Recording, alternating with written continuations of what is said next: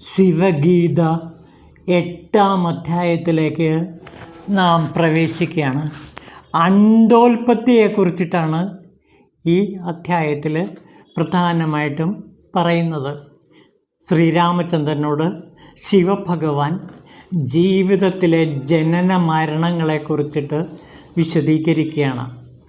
ശ്രീരാമചന്ദ്രൻ ചോദിച്ചതനുസരിച്ചിട്ടാണ് അദ്ദേഹം ഈ ജനന മരണ ഭൗതിക ജീവിതത്തെക്കുറിച്ചിട്ട് ഈ 8-ാം അധ്യായത്തിലും 9-ാം അധ്യായത്തിലും വിവരിക്കുന്നു. ഈ 2 അധ്യായങ്ങൾ ഭൗതിക ജീവിതവുമായിട്ട്, അതായത് വ്യക്തിയധിഷ്ഠിതമായ ഒരു ജീവിതത്തിൻ്റെ ശാസ്ത്രീയമായ വളർച്ചയുടെ വികസനത്തെക്കുറിച്ചിട്ടാണ് ഇവിടെ ഭഗവാൻ പറയുന്നത്.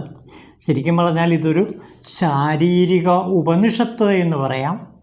ഈ 8-ാം അധ്യായവും 9-ാം അധ്യായവും ശാരീരിക ഉപനിഷത്താണ്. നമുക്ക് ആ ശാരീരിക ഉപനിഷത്തിലേക്ക് കിടക്കാം. ഈ ശരീരം പഞ്ചഭൂതങ്ങളെ കൊണ്ടാണ് നിർമ്മിച്ചിരിക്കുന്നത്. അതായത് ഭൂമി, പിന്നെ ജലം, വായു, ആകാശം, അഗ്നി. നമുക്ക് നോക്കാം അതിൻ്റെ വിശദവിവരം. ശരീരം ഈ 5 ഭൂതങ്ങളെ കൊണ്ടാണ് നിർമ്മിച്ചിരിക്കുന്നത്. ശരീരം പൃഥ്വി തുടങ്ങിയ പഞ്ചഭൂതങ്ങളുടെ സഞ്ചയമാണ്. ഇതിൽ കഠിനമായുള്ളത് ഭൂമിയും, ദ്രവമായിട്ടുള്ളത് ജലവും, ഉഷ്ണമായിട്ടുള്ളത് തേജസ്സും, ചരിക്കുന്നത് വായുവും, സുഷിരം ആകാശവുമാകുന്നു. ശ്രോത്രം തുടങ്ങിയവ ജ്ഞാനേന്ദ്രിയങ്ങളാണ്. ആകാശത്തിൽ ശ്രോത്രവും, വായുവിൽ ത്വക്കും, തേജസ്സിൽ ചക്ഷുസ്സും, ജലത്തിൽ നാക്കും, പൃഥ്വിയിൽ ഘ്രാണം, ശബ്ദം, സ്പർശം, രൂപം, രസം, ഗന്ധം എന്നിവയുമാണ്. ഇവ പൃഥ്വി തുടങ്ങിയ മഹാഭൂതങ്ങളിൽ നിന്ന് ഉണ്ടാകുന്നു. വാക്ക്, കയ്യ്, കാല്, വായു, ഉപസ്ഥം എന്നിവ കർമ്മേന്ദ്രിയങ്ങളാണ്. ഇവയുടെ വിഷയങ്ങൾ യഥാക്രമം വചനം, ദാനം, ഗമനം, വിസർജനം, ആനന്ദം എന്നിവയാകുന്നു. ഇവ പൃഥ്വി തുടങ്ങിയ മഹാഭൂതങ്ങളിൽ നിന്ന് ക്രമേണ ഉൽപ്പന്നങ്ങളാണ്. മനസ്സ്, ബുദ്ധി, അഹങ്കാരം, ചിത്തം എന്നിവ അന്ധകരണ ചതുഷ്ടയമാകുന്നു. ഇവയുടെ വിഷയങ്ങൾ യഥാക്രമം സങ്കല്പ വികല്പങ്ങൾ, അധ്യവസായം, അഭിമാനം, അവധാരണം എന്നിവയാണ്. മനസ്സിൻ്റെ സ്ഥാനം ഗളത്തിൻ്റെ അന്ത്യഭാഗത്തും, ബുദ്ധിയുടെ സ്ഥാനം മുഖവും, അഹങ്കാരത്തിൻ്റെ സ്ഥാനം ഹൃദയവും, ചിത്തത്തിൻ്റെ സ്ഥാനം നാഭിയുമാണ്. അസ്ഥി, ചർമ്മം, നാഡി, രോമം, മാംസം എന്നിവ പൃഥ്വിയുടെ അംശങ്ങളാണ്. മൂത്രം, കഫം, രക്തം, ശുക്ലം, വിയർപ്പ് എന്നിവ ജലാംശങ്ങളാണ്. വിശപ്പ്, ദാഹം, ആലസ്യം, മോഹം, മൈഥുനം ഇവ അഗ്നിയുടെ അംശങ്ങളാകുന്നു. പ്രചാരണം, വിലേഖനം, സ്ഥൂലാദികൾ, ഉന്മേഷ നിമിഷങ്ങൾ എന്നിവ വായുവിൻ്റെ അംശങ്ങളാണ്. കാമം, ക്രോധം, ലോഭം, മോഹം, ഭയം എന്നിവ ആകാശത്തിൻ്റെ അംശങ്ങളാകുന്നു. ശബ്ദം, സ്പർശം, രൂപം, രസം, ഗന്ധം എന്നിവ പൃഥ്വിയുടെ, അതായത് ഭൂമിയുടെ ഗുണങ്ങളാണ്. ശബ്ദം, സ്പർശം, രസം എന്നിവ ജലത്തിൻ്റെ ഗുണങ്ങളാണ്. ശബ്ദം, സ്പർശം, രൂപം എന്നിവ അഗ്നിയുടെ ഗുണങ്ങളാകുന്നു. ശബ്ദവും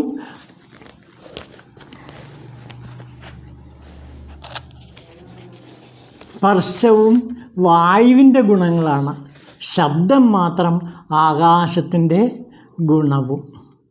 ഗുണത്രയം എന്നത് സാത്വികം, രാജസം, താമസം ഇവയാണ്. അഹിംസ, അസ്തേയം, ബ്രഹ്മചര്യം, അപരിഗ്രഹം, അക്രോധം, ഗുരുസേവ, ശൗചം, സന്തോഷം, ആർജവം, അമാനിത്വം, അദംഭിത്വം, ആസ്തിക്യം, അഹിംസ എന്നിവ സാത്വികൻ്റെ വിശേഷ ഗുണങ്ങളാണ്. ഞാൻ കർത്താവാണെന്നും ഞാൻ ഭോക്താവാണെന്നും ഞാൻ വക്താവാണെന്നുമുള്ള അഭിമാനം രാജസപ്രകൃതിയാണ്. നിദ്ര, ആലസ്യം, മോഹം, രാഗം, മൈഥുനം, മോഷണം എന്നിവ താമസപ്രകൃതിയുടേതാണ്. പിന്നീട് പറയുകയാണ്, ജാഗ്രത്, സ്വപ്ന, സുഷുപ്തി, തുരീയം എന്നീ 4 അവസ്ഥകളും ജ്ഞാനേന്ദ്രിയം, കർമ്മേന്ദ്രിയം, 4 അന്ധഃകരണങ്ങൾ എന്നിവയും ചേർന്നാണ് ജാഗ്രത്. സ്വപ്നത്തിൽ 4 അന്ധഃകരണങ്ങൾ വസിക്കുകയും സുഷുപ്ത്യാവസ്ഥയിൽ കേവലം ചിത്തം മാത്രം വസിക്കുകയും ചെയ്യുന്നു. തുരീയത്തിൽ ജീവൻ മാത്രമേ ഉണ്ടായിരിക്കൂ. എല്ലാത്തിൻ്റെയും മധ്യത്തിൽ കുടികൊള്ളുന്ന ജീവൻ പരമാത്മാവിൻ്റെ മധ്യേ ക്ഷേത്രജ്ഞനെന്ന് പറയപ്പെടുന്നു. ജ്ഞാനേന്ദ്രിയങ്ങൾ, കർമ്മേന്ദ്രിയങ്ങൾ, പഞ്ചപ്രാണങ്ങൾ, മനസ്സ്, ബുദ്ധി എന്നിങ്ങനെ 17 സുസൂക്ഷ്മങ്ങളായ ലിംഗമാണ് എന്ന് പറയപ്പെടുന്നു. മനസ്സ്, ബുദ്ധി, അഹങ്കാരം, ആകാശം, വായു, അഗ്നി, ജലം, പൃഥ്വി എന്നിവ പ്രകൃതിയുടെ അഷ്ടവികാരങ്ങളാണ്. ശ്രോത്രം, ത്വക്ക്, നേത്രം, ജിഹ്വ, നാസിക ഇവ 5, ഗുദം, ഉപസ്ഥം, ഹസ്തപാദങ്ങൾ, പാണി ഇവ 5, ശബ്ദം, സ്പർശം, രൂപം, രസം, ഗന്ധം എന്നിവ 5 ചേർന്ന് 23 പ്രകൃതി തത്വങ്ങളുണ്ടാകുന്നു. 24ാമത്തേതായ അവ്യക്തത്തിന് വളരെ പ്രാധാന്യമുണ്ട്. പുരുഷൻ അതിനും അതീതനാണ്. ഇങ്ങനെ ആണ് ഈ ശരീരത്തിൻ്റെ നാനാ അവസ്ഥകളെ കുറിച്ചിട്ട് പറയുന്നത്. ഇത് ശാരീരിക ഉപനിഷത്തിലും ഈ സത്യം നമുക്ക് കാണാൻ കഴിയുന്നു. അപ്പോൾ ശരിക്കും പറഞ്ഞാൽ ഇതൊരു ഉപനിഷത്ത് വിശകലനമാണ്. അതിലൂടെ ഒരു മർത്യാത്മാവിൻ്റെ എല്ലാ ഭാവങ്ങളെയും വിശദീകരിക്കുകയാണ് ഇവിടെ ചെയ്യുന്നത്. പിന്നെ രസകരമായ പല കാര്യങ്ങളും ഈ 8ാം അധ്യായത്തിൽ പറയുന്നുണ്ട്. അതായത് ഒരു കുഞ്ഞ് രൂപപ്പെടുന്ന അവസ്ഥയിൽ ആണാണോ പെണ്ണാണോ എന്ന് നമുക്ക് തന്നെ തീരുമാനിക്കാൻ പറ്റും എന്നാണ് പറയുന്നത്. രസകരമാണ് സംഭവം. നമുക്ക് അതിലേക്ക് കൂടെ കിടക്കാം.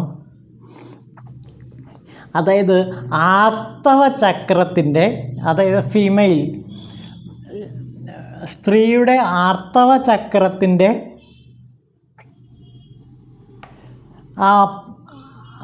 ആദ്യത്തെ 16 ദിവസമാണ് ഗർഭാവസ്ഥയ്ക്കുള്ള കാലഘട്ടം. ഈ കാലഘട്ടത്തിൽ, അതായത് ആർത്തവ ചക്രത്തിൻ്റെ 5ാമത്തെ ദിവസത്തിൽ ജനിക്കുന്ന കുഞ്ഞ് പെൺകുട്ടിയായിരിക്കും. അതേപോലെ ഒറ്റസംഖ്യകൾ 7ാം ദിവസത്തിൽ, 9ാം ദിവസത്തിൽ, 11ാം ദിവസത്തിൽ, 13ാം ദിവസത്തിൽ, 15ാമത്തെ ദിവസത്തിൽ പുരുഷ ബീജവുമായി യോജിക്കുമ്പോൾ ജനിക്കുന്ന കുഞ്ഞ് പെൺകുഞ്ഞായിരിക്കും. അതേസമയം ആർത്തവ ചക്രത്തിൻ്റെ 4, 6, 8, 10, 12, 14, 16 എന്നീ ദിവസങ്ങളിൽ രൂപപ്പെടുന്ന കുഞ്ഞ് ആൺകുഞ്ഞായിരിക്കും. അപ്പോൾ ആ ഒറ്റസംഖ്യയിൽ രൂപപ്പെടുന്നതെല്ലാം പെൺകുഞ്ഞുങ്ങളായിരിക്കും. ഇരട്ട സംഖ്യയിൽ, ആർത്തവകാലത്തിന് ശേഷം ഉണ്ടാകുന്ന ആ കാലഘട്ടത്തിൽ ഇരട്ട സംഖ്യയിൽ ഉണ്ടാകുന്ന കുഞ്ഞുങ്ങൾ ആൺകുട്ടികളായിരിക്കുമെന്നാണ് ശിവഗീത പറയുന്നത്. അതുപോലെ രസകരമായ മറ്റു ചില കാര്യങ്ങളും കൂടിയുണ്ട്. ഈ ജനിച്ചു വീഴുന്ന കുഞ്ഞിൻ്റെ സ്വഭാവത്തെ നിർണ്ണയിക്കുന്നതും ഈ ജന്മകാലഘട്ടമാണെന്നാണ് പറയുന്നത്. രസകരമായ മറ്റു ചില കാര്യങ്ങളുണ്ട്. 4-ാം ദിവസം, ആർത്തവചക്രത്തിൻ്റെ 4-ാം ദിവസം കുട്ടി ജനിക്കുന്നതിനെ ഇവർ വേണ്ട പോലെ അംഗീകരിക്കുന്നില്ല. കാരണം 4-ാം ദിവസം ജനിക്കുന്ന കുഞ്ഞ് അമ്മ ആ സമയത്ത് ഏത് പുരുഷനെയാണോ ഇഷ്ടപ്പെടുന്നത് ആ പുരുഷൻ്റെ രൂപവും ആ പുരുഷൻ്റെ സ്വഭാവമായിരിക്കും ആ കുഞ്ഞിന് എന്നാണ് പറയുന്നത്. 4-ാം ദിവസത്തിൽ ജനിക്കുന്ന കുഞ്ഞിന് ഈ പ്രത്യേകത ഉണ്ടാകുമെന്നാണ് പറയുന്നത്. അതുകൊണ്ട് 4-ാം ദിവസം നിഷിദ്ധമായിട്ടാണ് പലരും ശാസ്ത്രജ്ഞന്മാർ, ഈ ഭാരതീയ ചിന്തകന്മാർ കരുതിപ്പോരുന്നത്. പിന്നെ അതേപോലെ 5-ാം ദിവസം ജനിക്കുന്ന കുഞ്ഞ് പെൺകുഞ്ഞായിരിക്കുമെന്ന് പറഞ്ഞു.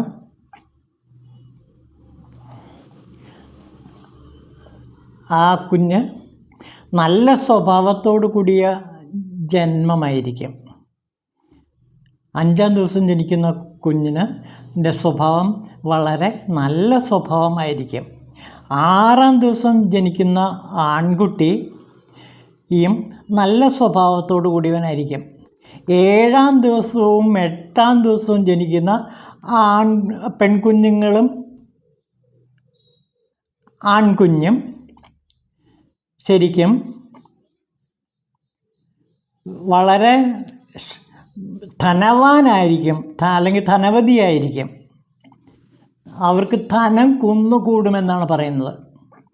7-ാം ദിവസം ജനിക്കുന്ന പെൺകുഞ്ഞിനും 8-ാം ദിവസം ജനിക്കുന്ന പെൺകുഞ്ഞിനും അങ്ങേയറ്റത്തെ ധനാഭിവൃദ്ധി ഉണ്ടാകും.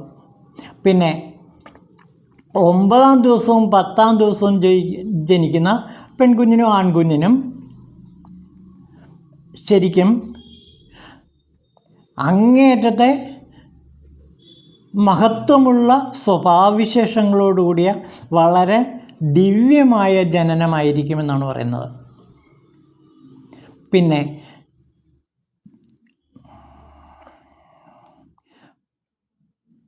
11-ാം ദിവസം ജനിക്കുന്ന കുട്ടിക്ക് വളരെ സൗന്ദര്യം ഉണ്ടായിരിക്കും, അങ്ങേറ്റ സുന്ദരിയായിരിക്കും.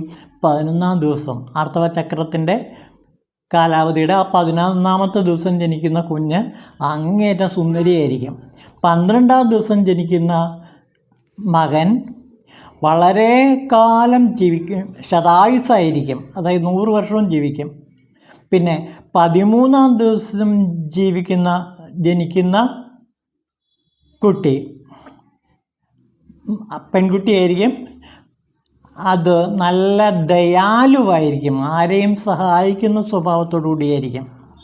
പിന്നെ 14-ാം ദിവസം ജനിക്കുന്ന കുട്ടി വളരെയേറെ ഗുണങ്ങൾ, ഏറ്റവും നല്ല ഗുണങ്ങളോട് കൂടിയവനായിരിക്കും. പിന്നെ 15-ാം ദിവസം ജനിക്കുന്ന പെൺകുട്ടി